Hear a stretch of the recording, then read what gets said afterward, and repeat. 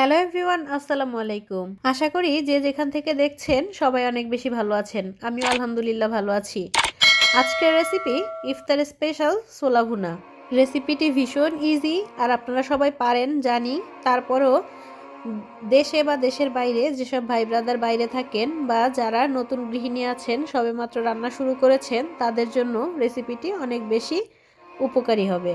আজকের ভিডিওতে আমি কিছু গুরুত্বপূর্ণ কথা শেয়ার করব, এজন্য ভিডিওটি না টেনে সম্পূর্ণ দেখার অনুরোধ রইল। আপনি যদি আমার চ্যানেলে নতুন হয়ে থাকেন তাহলে ভিডিওটি দেখতে দেখতে কোনো একটা অংশ যদি ভালো লেগে যায় ভিডিওতে লাইক দিয়ে পাশে থাকা বেল আইকনটি প্রেস করে দিন, যাতে আমি ভিডিও দেওয়ার সাথে সাথে সবার আগে আপনি দেখতে পারেন। আর আপনার যদি কোনো ইউটিউব চ্যানেল থাকে অবশ্যই একটা কমেন্ট করে যাবেন যেন আমি আপনার চ্যানেল ঘুরে আসতে পারি। আর চ্যানেল না থাকলেও কমেন্ট করবেন, কারণ আমি প্রত্যেকের কমেন্টের রিপ্লাই করি। আর যাদের চ্যানেল আছে তাদের ফুল টাইম ভিডিও ওয়াচ করে সুন্দর একটা কমেন্ট করে আসি। যদি আমার হাতে সময় না থাকে তাহলে অনেকের ভিডিওই অনেক বড় থাকে, আমি সময় না পেলে যেইটুকু অংশ বাকি থাকে আমি পরে দেখে নেই, তারপরেও কিন্তু আমি ফুল টাইম ওয়াচ করি। যাই হোক, চলে আসি রান্নায়। ছোলা অনেকেই অনেকভাবে ভুনা করে থাকে, তো আমি সিম্পল মানুষ, সাধারণভাবে ভুনা করে থাকি, তবে অসম্ভব মজা হয়। ছোলাটা প্রথমেই আমি 5-6 ঘন্টা মতো কুসুম গরম পানি দিয়ে ভিজিয়ে রেখেছিলাম। আপনি চাইলে নর্মাল পানি দিয়েও ভিজিয়ে রাখতে পারেন।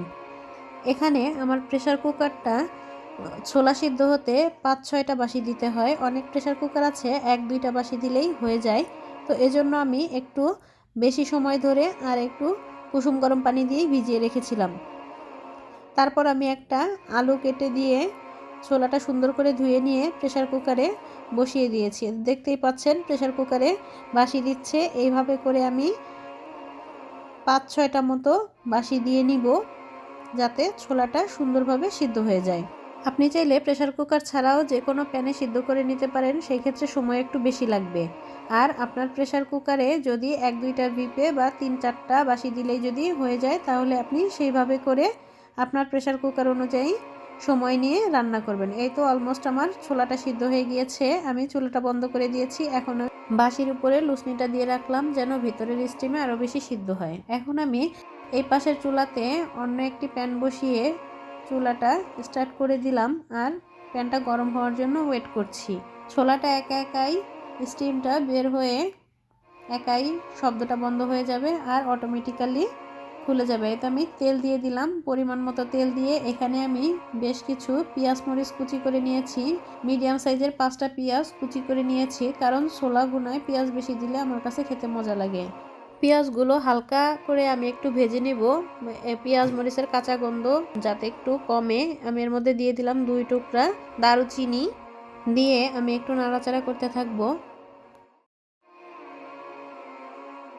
এখন আমি বাটা মশলাগুলো অ্যাড করব।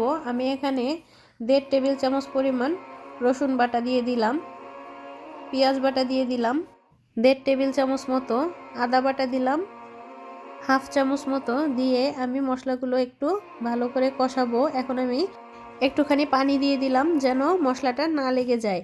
ধনিয়ার গুঁড়া দিয়ে দিলাম 1/2 চামচ পরিমাণ, হলুদের গুঁড়া 1 চামচ, মরিচের গুঁড়া 1/2 চামচ পরিমাণ দিলাম। আমি সব কিছুতেই ঝাল একটু কম খাই, কারণ আমার 3+ একটা বাচ্চা আছে, আপনারা জানেন। এই জন্য বাচ্চাও যাতে খেতে পারে, আমরাও যাতে খেতে পারি, এরকম করেই রান্না করি, মিডিয়াম ঝাল দিয়েই রান্না করি আমি। অল্প একটু পানি দিয়ে আমি মশলাটা ভালো করে কষিয়ে নেব। এখানে 2 থেকে 3 মিনিট মশলাটা সুন্দর করে কষিয়ে নিতে হবে। ছোলা ভুনার একটা ট্রিক্স হচ্ছে মশলাটা ভালো করে কষানো হলে, মশলা ভুনা ভালো হলে ছোলা রান্নাটা মজা হবে, আদারওয়াইজ হবে না। এখানে আমি এলাচ দিয়ে নিলাম, 3-4টা এলাচ থেতলে দিয়ে দিলাম এর মধ্যে। এখন আমি ছোলাগুলো আগে থেকেই স্ট্রেনারে পানি ঝরতে দিয়েছিলাম, ছোলাগুলো দিয়ে দিলাম। এখানে আমি 1/2 কেজি মতো ছোলা নিয়েছিলাম। একটু নাড়াচাড়া করে 5-6 মিনিট মতো জাল করে নিলাম। অলমোস্ট আমার রান্নাটা শেষ হয়ে গিয়েছে। গরম মশলা পাউডার দিয়ে এখন আমি ছোলাটা নামিয়ে নিব। আশা করি ভিডিওটা আপনাদের ভালো লেগেছে। যদি ভালো লেগে থাকে তাহলে প্লিজ ভিডিওতে একটি লাইক করুন এবং আমার চ্যানেলে নতুন হয়ে থাকলে সাবস্ক্রাইব করার অনুরোধ রইল। আর কমেন্ট করতে একদম ভুলবেন না। ভিডিওটি যদি ভালো লেগে থাকে ফ্রেন্ডস অ্যান্ড ফ্যামিলির সঙ্গে অবশ্যই শেয়ার করুন। দেখা হবে আপনাদের সাথে পরবর্তীতে নতুন কোনো ভিডিওর সাথে। সেই পর্যন্ত সবাই ভালো থাকবেন এবং বেশি বেশি রুবাইয়াস কিচেন দেখবেন। আল্লাহ হাফেজ।